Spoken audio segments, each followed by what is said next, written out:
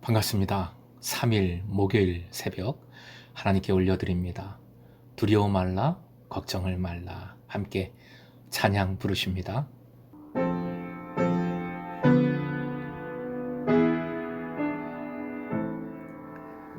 두려워 말라, 걱정을 말라. 주님 계시니 아쉬움 없네. 두려워 말라, 걱정을 말라. 주님만 내 선. 두려워 말라, 걱정을 말라. 주님 계시니 아쉬움 없네. 두려워 말라, 걱정을 말라. 주님 안에서.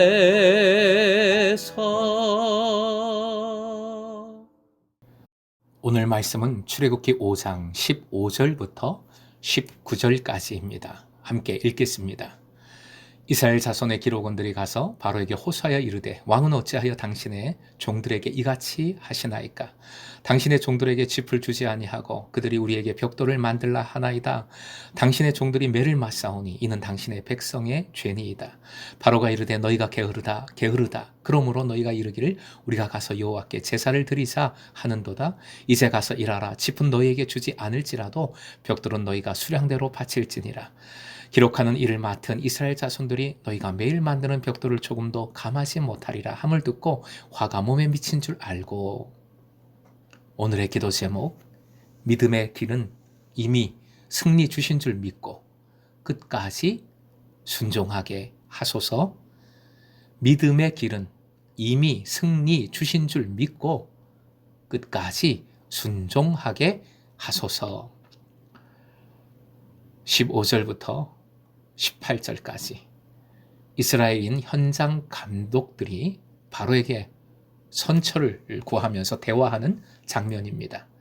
16절 쉬운 번역으로 화면 보시고 한 번 더 읽겠습니다. 저희 종들은 집도 공급받지 못한 채로 벽돌을 만들라고 강요받고 있습니다. 보십시오. 저희 종들이 이처럼 매를 맞았습니다. 잘못은 틀림없이 임금님의 백성에게 있습니다.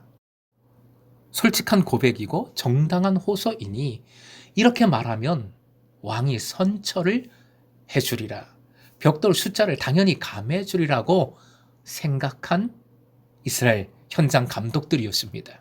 그런데 17절, 바로는 게으르다 게으르다 게으르다를 두 번이나 반복하고 있습니다. 이는 쉽게 표현하면 뭡니까? 이 게을러 터진 놈들아 라는 말입니다. 그러니까 너희들이 정신을 못 차리고 무슨 제사를 드리자고 하는 것 아니냐? 야단을 친 것이지요. 여기서 중요한 것 한 가지, 바로의 명령체계는 이집트 감독관에서 이스라엘의 중간 감독관에게로 이어집니다. 누가 없습니까? 모세와 아론이 없습니다. 모세와 아론은 안중에도 없는 겁니다. 모세와 아론을 이스라엘 민족의 대표로 인정하지 않는 것이지요. 언급조차 하지 않습니다. 이스라엘인들이 자신들의 신을 예배하고자 하는 일이 얼마나 잘못되었는지, 모세와 아론이 얼마나 말도 안 되는 그런 얘기를 한 것인지를 계속 각인시키고 있는 것입니다. 이것 또한 바로의 계략이요, 신앙인을 무너뜨리는 마귀의 전략입니다. 고난을 가중시켜서 현실만 바라보게 하는 전략, 어제 상고했습니다. 두 번째 전략이 있어요. 바로 이겁니다. 비전이 잘못된 것이라 생각하게 만드는 것입니다.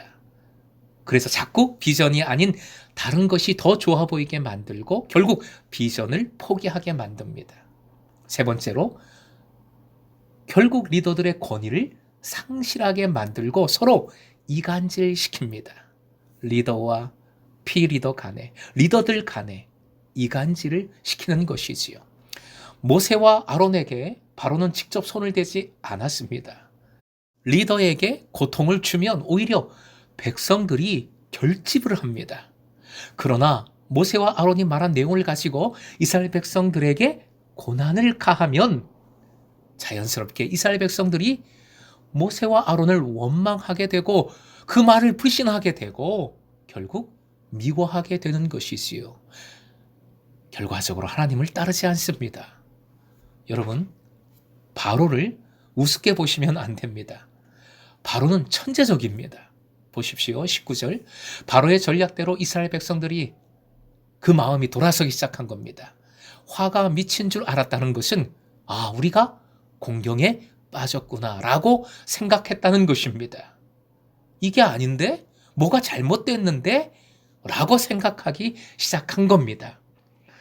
환난이나 고난의 문제가 얼마나 큰지를 주님은 잘 아십니다. 그런데 주님은 이렇게 말씀해 주십니다. 요한복음 16장 33절 예수님의 말씀입니다. 이것을 너희에게 이르는 것은 너희로 내 안에서 평안을 누리게 하려 함이라. 세상에서는 너희가 환난을 당하나 담대하라. 내가 세상을 이겼노라. 예수께서 십자가와 부활로 이미 승리를 이루셨음을 믿으시기 바랍니다. 이미 승리하셨어요. 앞으로 승리하실 것이 아니라 이미 승리하셨다는 것이 제일 중요합니다. 그래서 요한 사도는 이렇게 선포합니다. 요한일서 4장 4절이요. 화면 보시고 함께 읽습니다. 자녀들아, 너희는 하나님께 속하였고 또 그들을 이겼나니 이는 너희 안에 계신 이가 세상에 있는 자보다 크심이라. 아멘. 예수 그리스도의 십자가를 통해 죄악의 권세를 깨뜨리셨고 부활을 통해 모든 패배의 권세를 깨뜨리셨음을 믿으시기 바랍니다. 믿음의 길에 고난이 왔다고 이게 아닌데 하면서 돌아서지 마십시오. 주님의 승리를 붙드십시오. 찬송가 302장 3절과 4절 후렴 부분 참 그 가사가 은혜가 돼요. 내 주 하나님 넓고 큰 은혜는 이라는 찬송이지요. 화면 보시고 3절 4절과 후렴까지 길지만 같이 읽어보겠습니다. 시작. 많은 사람이 얕은 물가에서 저 큰 바다 가려다가 찰싹거리는 작은 파도 보고 마음 약하여 못 가네. 자, 곧 가거라. 이제 곧 가거라. 저 큰 은혜 바다 향해. 자, 곧 내 노를 저 깊은 데로 가라. 망망한 바다로. 언덕을 떠나서 창파에 뱉디어 내 주 예수 은혜의 바다로 내 마음껏 저가라. 아멘. 그냥 발만 담갔다가 파도가 온다고 엄마 나 살려 가버리면 물속에 잠기는 그 시원함과 풍성함 누리지 못합니다. 사탄의 전략, 세상의 법칙에서 벗어나십시오. 물론 힘들고 어려움이 있어요. 아픔이 있을 수 있습니다. 하지만 믿음의 길은 실패가 아니라 항상 성공임을 믿고 이미 승리 주신 줄 믿고 끝까지 주님 의지하여 순종하시기를. 그래서 하늘의 기쁨을 그 승리의 영광을 누리는 여러분 되시길 주님의 이름으로 축원드립니다.